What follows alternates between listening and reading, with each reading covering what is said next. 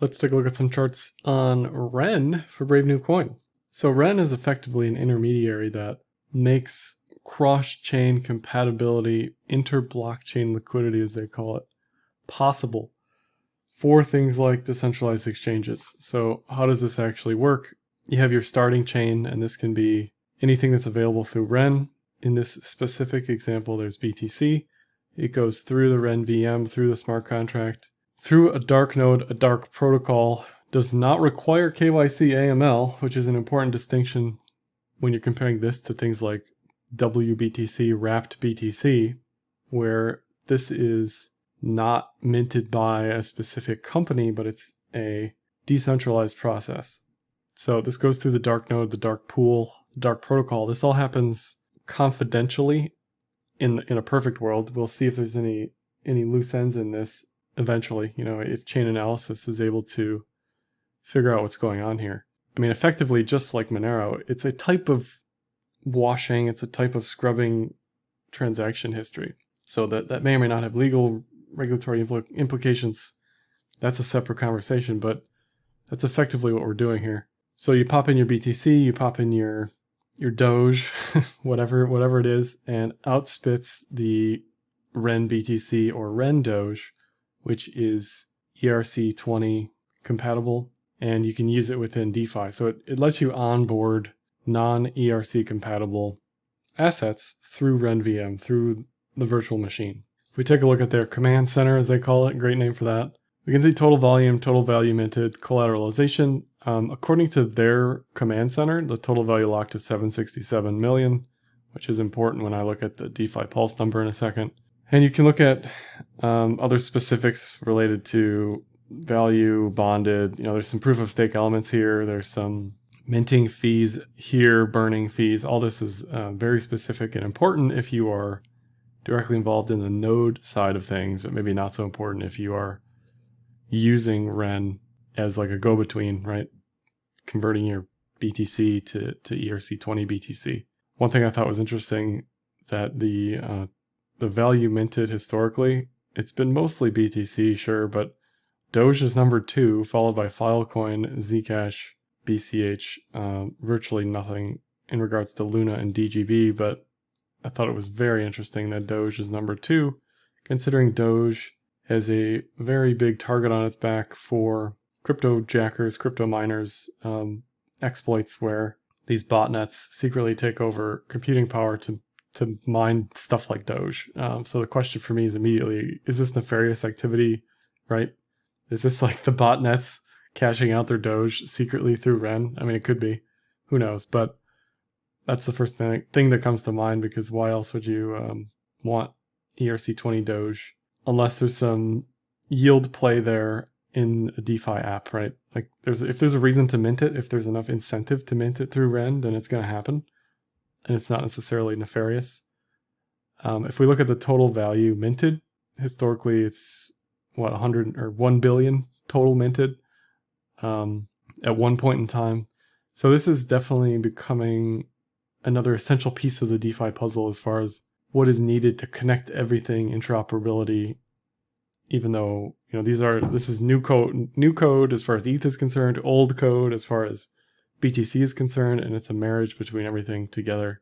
If you look at where most of the volume is happening, a lot of it is happening on Curve and a few other places, but a majority of it is Curve. And if you know anything about Curve and some of the exploits and stuff that have happened where Curve is a beneficiary, that also raises some questions as far as what are the incentives here, right? Like who is gaining from all this stuff at Curve? I'm just a cynic and I'm thinking, there's a reason Curve is number 1 here, right?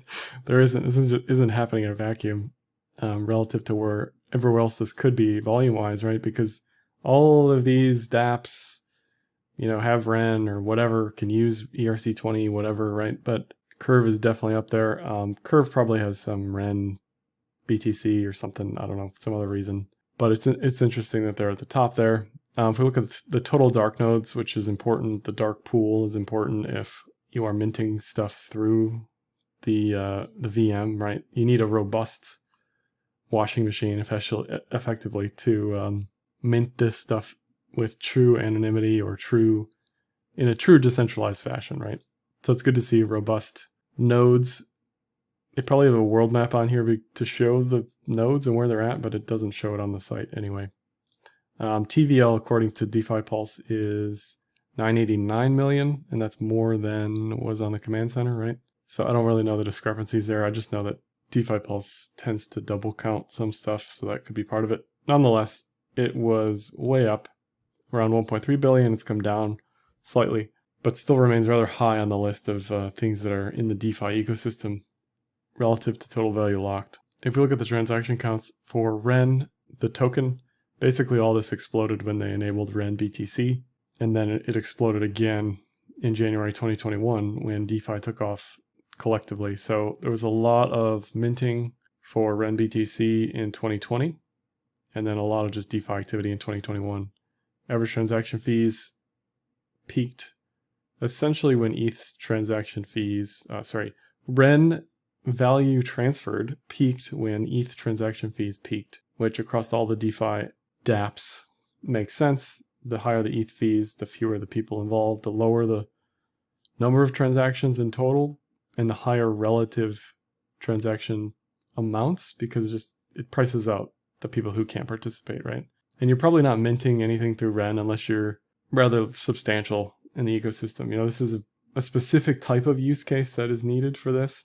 If you look at the WBTC mints, the WBTC mints come very sporadically and in large quantity. They don't typically happen in small quantities. That isn't to say you can't do that stuff on REN, because you can, but most of the WBTC mints we see are like in the 300s, right? Which at this point is a multi-million-dollar transfer. So REN has finally found its use case through 2020 and definitely through 2021 as everything picked up activity-wise. NVT in the line here, active addresses in the fill. Active addresses again peaked with transactions. Not a lot of active addresses relative to other chains, but for REN, that was a huge amount of active addresses. Lots of people using REN for whatever reason. Into February, that's declined pretty significantly by about 50% since the highs, but it's still within the previous range, the 2020 highs. So I don't think this is like disappearing anytime soon. NVT has declined significantly to 39 from basically infinity where it was before. And you want to see NVT continuing to decline, because this says that based on on-chain activity, the market cap or the token price is undervalued.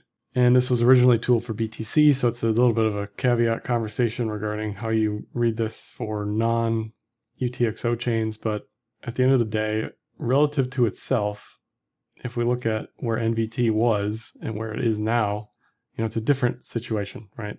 Clearly, active addresses were basically zero effectively throughout 2018, throughout 2019.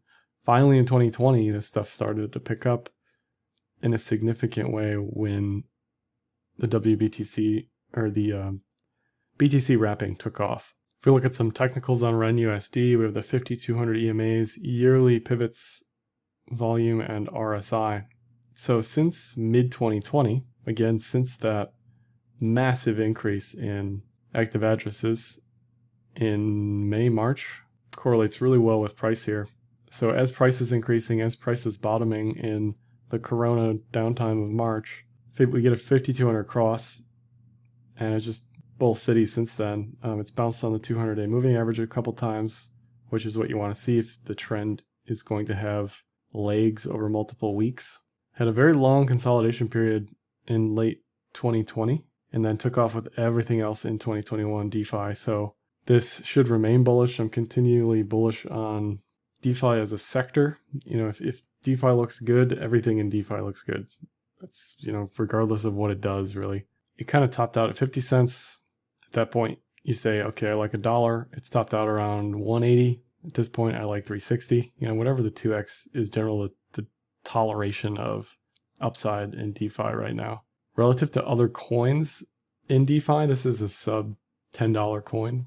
So there's some integer bias here, which may help propel it higher beyond what's necessarily for utility and more speculative.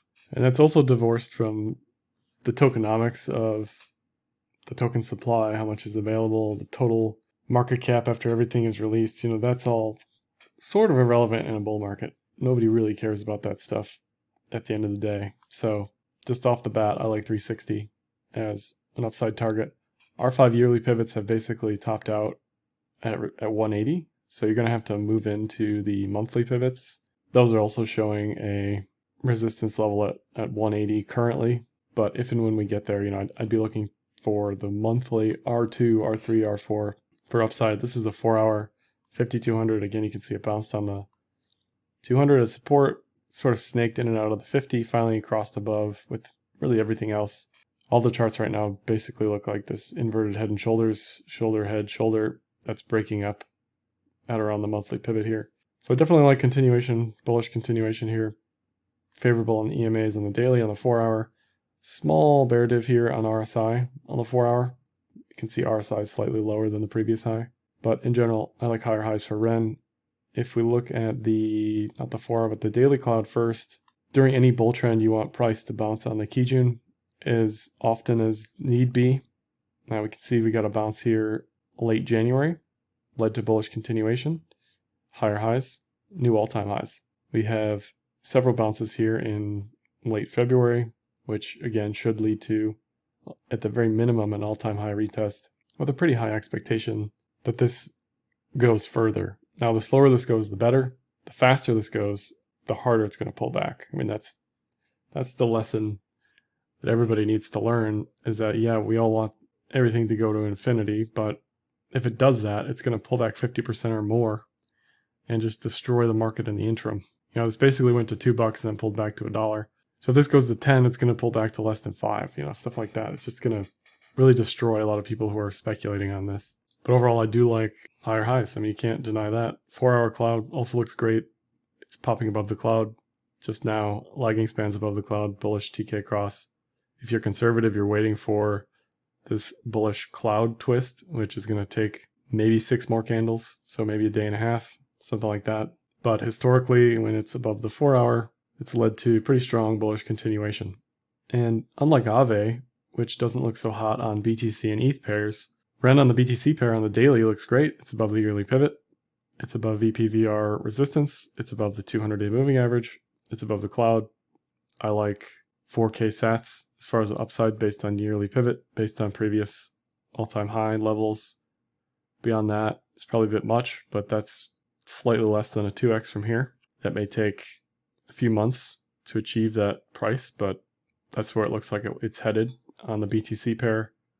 On the ETH pair, very similar rationale, above the 200, above the cloud, getting above the VPVR resistance, but I like an all-time high retest. I like yearly pivot test here at 00115.